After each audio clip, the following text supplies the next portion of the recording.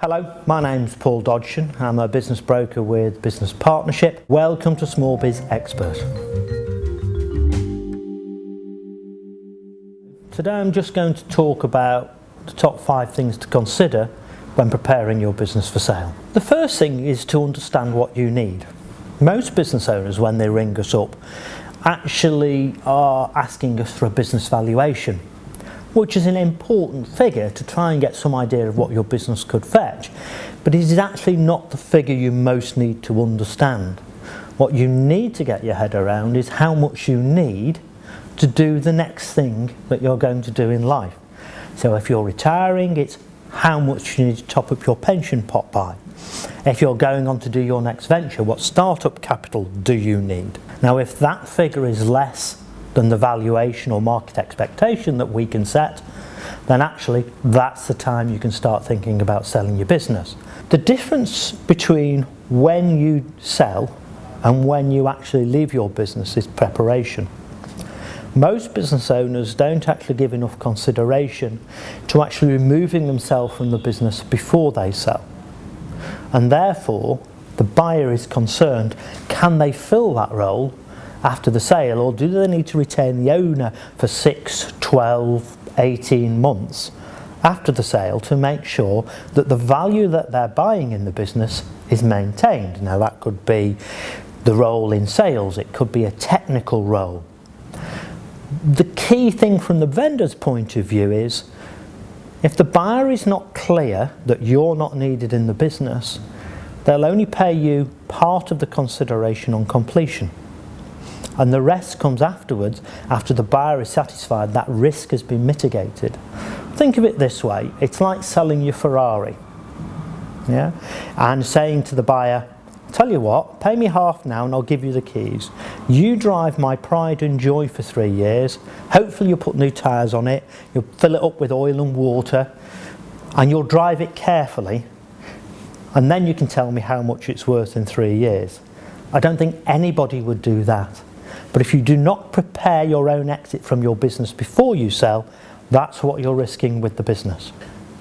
There are 8 key drivers to consider when you sell your business. These are the areas that buyers will look at to assess whether they are going to continue to earn the same or better level of profits than you do after exit. And those 8 key areas are basically around your financial records. Is the business structured correctly for growth? Are there any concentrations in either your customer or supplier base?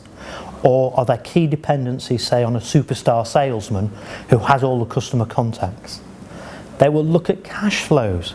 They will want to understand how much of your income is under contract. They will want to understand your position in the market, your USP, what your customers think of you, why they buy from you, and will they keep on returning to your door? And perhaps one of the most key areas is your role in the business. Can you remove yourself from that role? We're often asked by vendors when they should disclose various matters to buyers. Things like customer and supplier names, we would normally encourage to be disclosed only after a deal is agreed and we're into due diligence. However, certain matters may need to be disclosed pre-offer to make sure that the buyer doesn't come back to you during due diligence and try and reduce the price of the business. So if before you accept an offer you've got a doubt about whether a major customer may continue to use you after sale, or you've got a key employee who's causing trouble, then actually you need to be upfront about those, and I would encourage getting those out into the open before you agree an offer. Now, there are 2 types of payment that happen after completion. One is deferred, and basically you're being asked to be the banker in this situation. So deferred payments should have interest and security, just like a bank. The other one is earnout, and that should be pegged to a specific risk within the business. Often they're then targeted against sales or gross profit or net profit, each of which has their own issues. If, however, the risk is around the renewal of a major customer's contract, can you tie it to that specific point if you're confident it will happen? Thereby you make it about a specific event rather than on achieving a goal in terms of turnover, profit or margins. And this will help you get a better structure and one you're more comfortable with that you can then help deliver post-sale.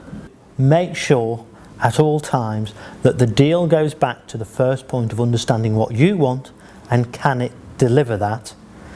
If you achieve that, then you'll be happy with the outcome. Thank you for watching. My name's Paul Dodgshon from Business Partnership. This has been Small Biz Experts.